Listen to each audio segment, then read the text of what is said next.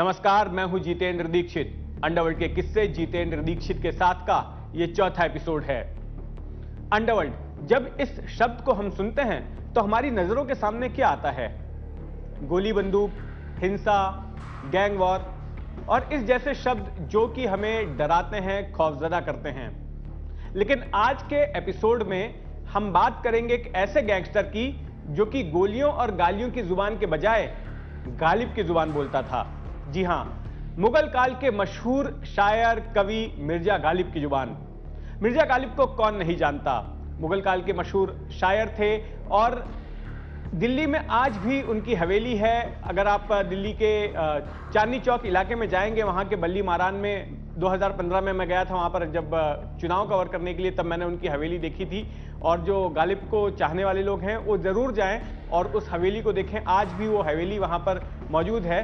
तो मिर्जा गालिब जो है अपने वक्त के एक बड़े शायर थे, उर्दू की शायरी में एक बड़ा नाम था और आज भी लोग गाहे बगाहे उनकी लिखी हुई शायरियों का जिक्र करते रहते हैं और अपनी लेखनी को अक्सर उनकी शायरी से भी सजाते हैं।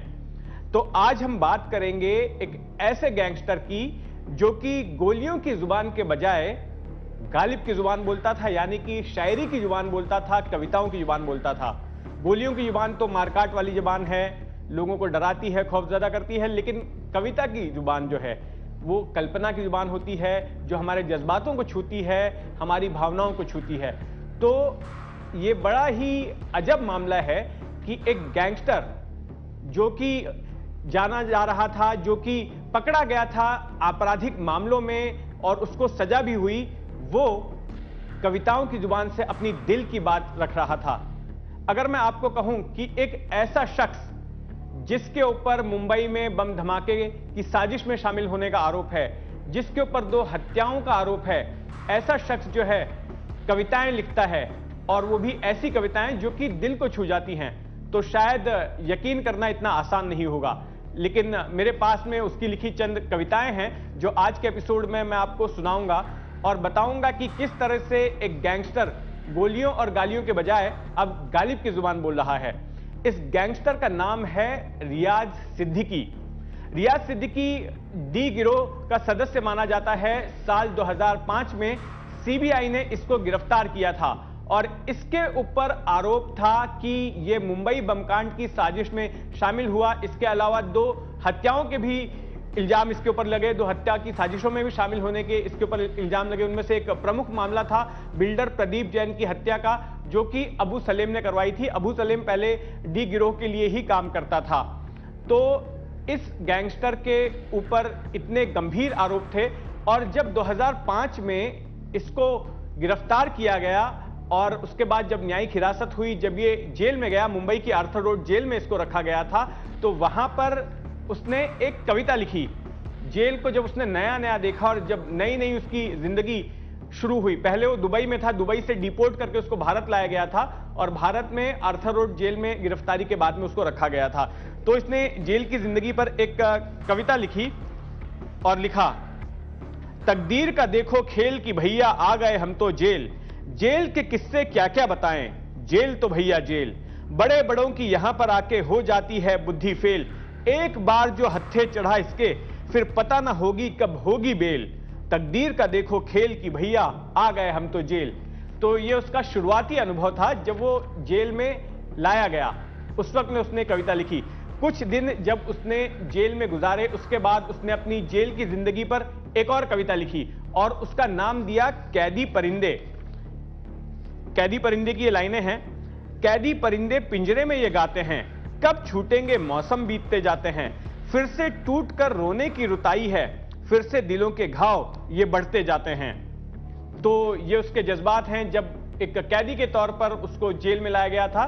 ये उसने कविताएं लिखी थी जेल की अपनी जिंदगी पर। अब ये जो कैदी है रियाज सिद्दीकी, इसके ऊपर मुंबई बमकांड की साजिश में शामिल होने का आरोप लगा था। तो इस तरह से ये शख्स भी उस साजिश से जुड़ गया मुंबई बमकांड की, जिसने कि पूरे शहर को दहला दिया था। मुंबई बमकांड में 257 लोग, 12 मार्च 1993 को जो बमकांड हुए थे उसमें 257 लोग मारे गए थे और करीब 750 लोग उस बमकांड में घायल हुए थे। तो जिस शहर को उसने छलनी किया था, छलनी करने का आरोप था, उस शहर के बारे में उसने कविता लिखी है। और बड़ा ही अजीब है कि जिसको उसने छलनी किया, जिस शहर को उसने जख्म दिया, उसी के बारे में वो इतनी प्यार भरी कविता लिख रहा है। इस कविता का नाम है मुंबई। मेरी मुंबई तू है ममता की रानी, शहर मुंबई दूं तुझे मैं सलामी। अमीरों की मल्लिका, गरीबों की रानी, तू फूलों का गुलशन, तू कलियों की रानी, तू खुशबू का झोंका, नदी की रवानी, जहां मेनका जैसी परियां मस्तानी, शहर मुंबई दूं तुझे मैं सलामी। तो ये कविता उसने लिखी मुंबई के बारे में, मुंबई की तारीफ करते हुए, मुंबई की जिंदगी के बारे में। और इस कविता को देखकर ऐसा नहीं लगता है कि ये वो शख्स है जिसके के ऊपर आरोप लगा है, और ये आरोप साबित भी हुआ अदालत में कि इसने मुंबई शहर को जख्म दिया। मुंबई में जो बमकांड हुआ था, जिसमें इतने सारे बेगुनाह लोग मारे गए, उसकी साजिश में ये शामिल था। ये जब जेल में था रियाज सिद्दीकी, तो बाहर, जेल के बाहर जो कुछ भी होता था अखबारों के जरिए या टीवी चैनल्स के जरिए जो है, ये उसे पता चलते रहता था। ये उसमें खासी दिलचस्पी लेता था। और आपको याद होगा कि साल 2008 में टाटा ने अपनी लखटकिया कार लॉन्च की थी, जिसका नाम है नैनो, और अब हाल ही में उसका प्रोडक्शन बंद हुआ है। तो जब ये कार लॉन्च हुई थी तो उस वक्त ये कार काफी चर्चा में थी कि ये जो है आम आदमी की गाड़ी होगी और बड़ी ही सस्ती, 1 लाख रुपए में मिल जाएगी। तो उस खबर को भी ये फॉलो कर रहा था। तो नैनो कार के ऊपर भी इसने एक कविता लिखी थी। उसके शब्द हैं, देख जमाना बदला, देख टाटा का निर्माण तो देख, इस महंगाई के मौसम में 1 लाख की नैनो देख, बरसों से ये ख्वाब था सबका, ख्वाब हुआ अब पूरा देख, ख्वाबों की ताबीर है नैनो, एक नया फिर ख्वाब तो देख। तो ये कविता उसने नैनो कार के ऊपर लिखी थी।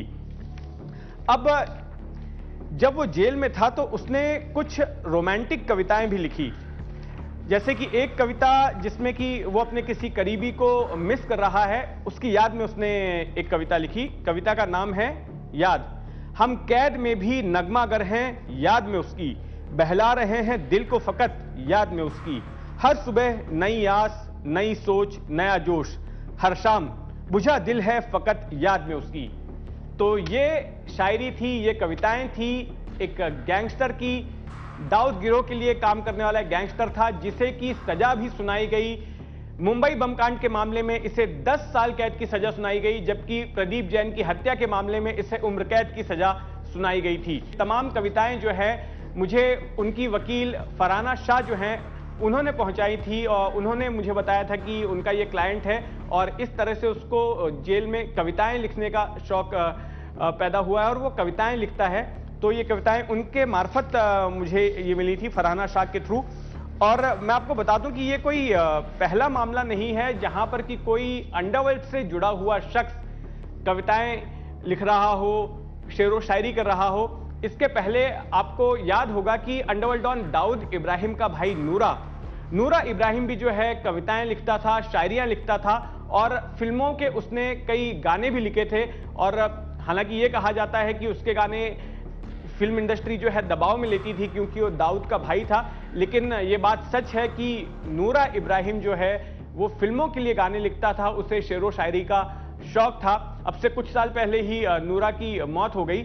और इसके अलावा जो छोटा शकील, जो कि दाऊद इब्राहिम का दाहिना हाथ माना जाता है, उसको भी शायरियां लिखने का शौक है। अभी मेरे पास उसकी शायरियां हैं नहीं, लेकिन ये पता चला है कि वो भी काफी शायरियां लिखता है, शेरो शायरी करता है, कविताएं लिखता है। तो अगर कभी मेरे हाथ उसकी कविताएं लगी तो मैं वो भी आपको सुनाऊंगा और ये बताऊंगा कि जिस दिमाग में इतनी सारी साजिशें उपजी, जिस दिमाग ने इतना सारा खून खराबा किया, गैंगवॉर को संचालित किया, वो दिमाग जो है कविताएं कैसे लिखता था, शेरो शायरी कैसे लिखता था।